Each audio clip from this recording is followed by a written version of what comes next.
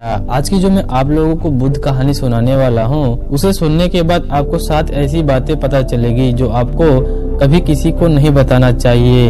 यह जो 7 बातें हैं जो आपको किसी को नहीं बतानी चाहिए, क्यों नहीं बतानी चाहिए, इसके पीछे का भी तर्क मैं आपको बताऊंगा। और इन 7 बातों के अलावा अगर आपको लगता है कि कोई बात ऐसी है जो मुझसे छूट गई है या मैं नहीं बता पाया, तो कमेंट सेक्शन में जरूर बताइए। इससे पहले आप लोग हमारी इस कहानी में खो जाएं, आप लोगों से यही रिक्वेस्ट है, आप लोग हमारे चैनल को जरूर सब्सक्राइब कीजिए। एक समय की बात है, एक गांव में रामू नाम का एक युवक रहा करता था। वह बहुत ही गरीब था, कुछ पैसा नहीं था उसके पास। 2 वक्त की दाल रोटी भी बड़ी मुश्किल से उसको नसीब होती थी। वह काम की तलाश में दिन रात इधर उधर भटकता रहता था, उसे काम नहीं मिल रहा था। फिर उसने अपनी पत्नी के सामने अपनी सारी समस्या बता दी। उसने अपनी पत्नी को कहा कि मैं जिस जगह भी काम मांगने के लिए जाता हूँ तो हर कोई मुझे यह कहकर वहाँ से भगा देता है कि मेरे पास काम नहीं है, मेरे यहाँ काम की जरूरत नहीं है। ऐसे ही काम की तलाश कर करके मैं थक चुका हूँ। मुझे यह समझ में नहीं आ रहा है कि तुम लोगों का पेट कैसे मैं भरूंगा, अपने बच्चों को मैं कैसे पालूंगा, और यह चिंता मुझे दिन रात खाए जा रही है। यह सुनकर उसकी पत्नी ने कुछ सोच विचार कर उससे कहा कि तुम एक आदमी के पास एक ही बार जाते हो काम मांगने के लिए, और जब वो काम नहीं देता तो तुम दोबारा उसके पास नहीं जाते हो। अगर तुम्हें उनसे काम लेना है तो तुम्हें हमदर्दी जतानी होगी, तुम्हें उनसे हमदर्दी हासिल करनी होगी, अपनी गरीबी दिखानी पड़ेगी उन लोगों को, ताकि वह लोग तुम्हारी मजबूरी समझकर तुम्हें काम पर रख लें। इसलिए शर्म मत करो, उन्हें अपनी मजबूरी बताओ, अपनी गरीबी बताओ, और इन्हीं उपायों की वजह से तुम काम पा सकोगे। यह बात रामू के मस्तिष्क में बैठ गई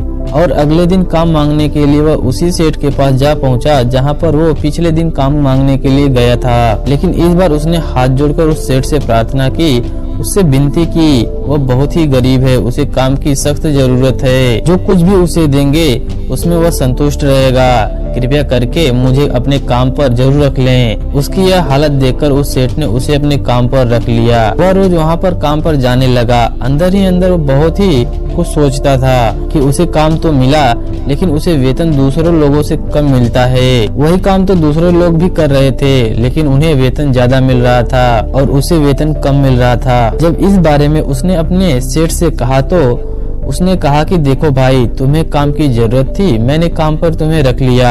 मेरा धन्यवाद करने की बजाय तुम मुझसे शिकायत कर रहे हो, यह कैसी नीति है। यह सुनकर रामू वहीं पर चुप हो गया। बात कहीं ना कहीं यह भी सच थी। सेठ ने तो उसे मजबूरी के हिसाब से ही काम पर रखा था और इसीलिए उसे अपने अनुसार ही वेतन दे रहा था। लेकिन धीरे धीरे उसने यह बात अपने सगे संबंधियों और अपने दोस्तों को भी बताना शुरू कर दिया कि उसका सेठ कैसा आदमी है और उसे कितना वेतन देता है। समय बीतता रहा और रामू पूरी लगन के साथ अपना काम करता रहा, लेकिन अब परिस्थिति बदलने लगी थी। सेठ अब रामू से दूसरे लोगों से ज्यादा काम कर लेता था और उनको पहले के जैसा वेतन कम ही मिलता था। यह बात रामू के मन को बहुत ही खलती थी। वह दूसरों से ज्यादा मेहनत करता था और उनसे वेतन कम इसको मिलता था। इससे उसके आत्मसम्मान को बहुत ही गहरी चोट पहुंची। अब धीरे धीरे उसका मन अपने काम से हटने लगा था। उसका मन काम में नहीं लगता था। जाहिर सी बात है कि ऐसी जगह किसका मन लगेगा जहां आदमी को अपने आत्मसम्मान के साथ समझौता करना पड़े। इसलिए जल्द ही उसने अपना काम भी छोड़ दिया और वह घर पर जाकर खाली हाथ बैठ गया। अब उसके पास घर का खर्चा चलाने के लिए भी पैसे नहीं बचे थे। इसलिए उसने अपने सगे संबंधियों और अपने दोस्तों से सहायता मांगना शुरू किया।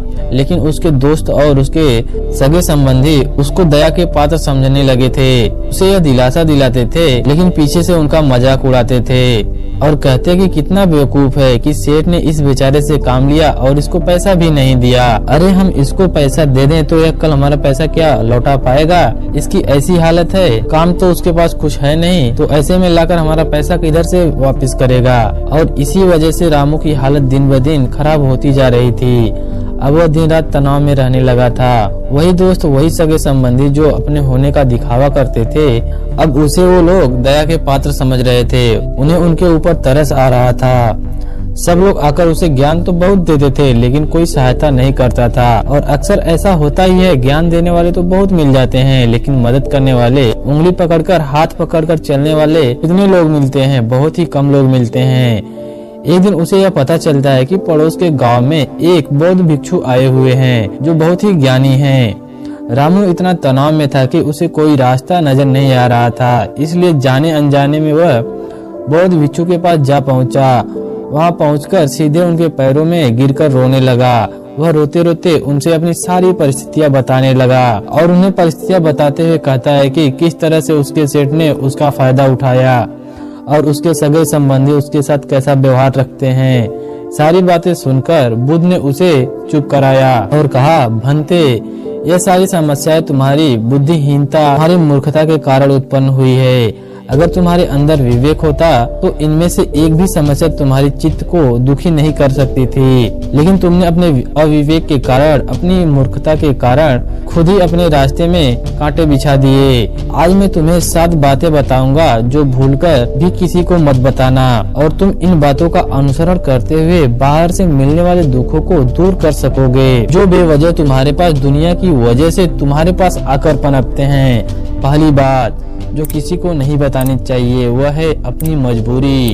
अपनी मजबूरी का दिखावा करके दूसरों का दया पात्र बनकर उनकी सहायता लेने की गलती कभी नहीं करना चाहिए। हो सकता है कि आज वह तुम्हारी मजबूरी देखकर तुम्हारी सहायता कर दें, लेकिन कल वह तुम्हारा फायदा उठाने से भी नहीं चुकेंगे, और अगर फायदा भी नहीं उठाया तो दूसरों के सामने तुम्हारा मजाक बनाने में वह आदमी कभी भी नहीं चुकेगा। इसलिए कभी भी अपनी मजबूरी का दिखावा मत करो। अपने घर में 2 रोटी है, सूखी रोटी है तो वही खाकर सो जाओ, लेकिन दूसरों के सामने अपनी मजबूरी का भनक नहीं लगना देना चाहिए। जरा आप खुद ही सोचो, मजबूरी बताने का क्या प्रयोजन होता है। एक इंसान का या तो वह दूसरों से सहानुभूति हासिल करना चाहता है या उनसे कोई आर्थिक मदद मांगना चाहता है, लेकिन दोनों ही परिस्थितियां आप देखें तो दूसरा आदमी आपका फायदा उठाने से नहीं चूकेगा, और अगर वह फायदा नहीं भी उठाएगा तो अपनी नजर में तो तुम्हें बेवकूफ ही समझेगा और दूसरों के सामने आपका जरूर मजाक बनाएगा। इसलिए अपनी मजबूरी के बारे में कभी किसी को नहीं बताना चाहिए। दूसरी बात जो किसी को नहीं बतानी चाहिए वह है अपने अतीत की गलतियों और भविष्य की रणनीतियाँ। जरा सोचो कि अगर हम अपने अतीत की गलतियाँ किसी दूसरों को बताते हैं तो उसका क्या प्रभाव पड़ेगा। वह गलतियाँ ठीक तो नहीं की जा सकती ना। जाहिर है कि उन्हें बताने का क्या प्रयोजन हो सकता है। आप अपने अंधेरे पक्ष को खुद ही दुनिया के सामने बता रहे हो, खुद अपनी गलतियां दूसरों के सामने बता रहे हो।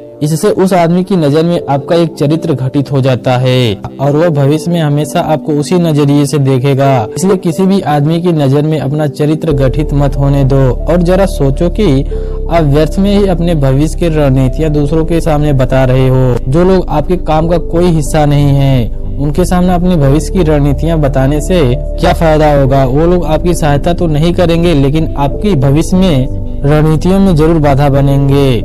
अब खुद अपने विवेक का इस्तेमाल करिए और जरा सोचिए कि आपके साथ भी ऐसा हुआ होगा कि आपने भविष्य की रणनीतियां किसी को बताई हो और वह कामयाब ही नहीं हुई हो। ऐसा जरूर हुआ होगा। तीसरी बात जो किसी को नहीं बतानी चाहिए वह है अपने घर की बातें। जो भी हमारे घर के अंदर आपस में बातचीत होती है, हमारे माँ बाप के साथ, हमारी पत्नी के साथ, हमारे बच्चों के साथ, वह बातें हमारे परिवार तक ही सीमित रहनी चाहिए। अगर आप इन बातों को दूसरों के सामने ढिंढोरा पीटते हो तो दूसरे लोगों को अपने घर में घुसने का एक मौका मिल जाता है और वह इसका फायदा उठाने से कभी भी नहीं चूकेंगे। वह आपके परिवार के सदस्यों को आपसे दूर लेकर जाने की जरूर कोशिश करेंगे। अक्सर ऐसा होता है, हम समाज में देखते हैं कि हम अपने घर के झगड़ों को कम करने के लिए झगड़ों को अपने पड़ोसियों और दूसरे सगे संबंधियों को बता देते हैं, लेकिन इससे आपकी सहायता कभी नहीं मिली होगी, बल्कि आपके घर की लड़ाई झगड़े में और ज्यादा बढ़ोतरी हो गई होगी। और यह जाहिर सी बात है कि वह बढ़ेगी ही। अगर आप अपने माँ बाप की बातें दूसरों को बताएंगे तो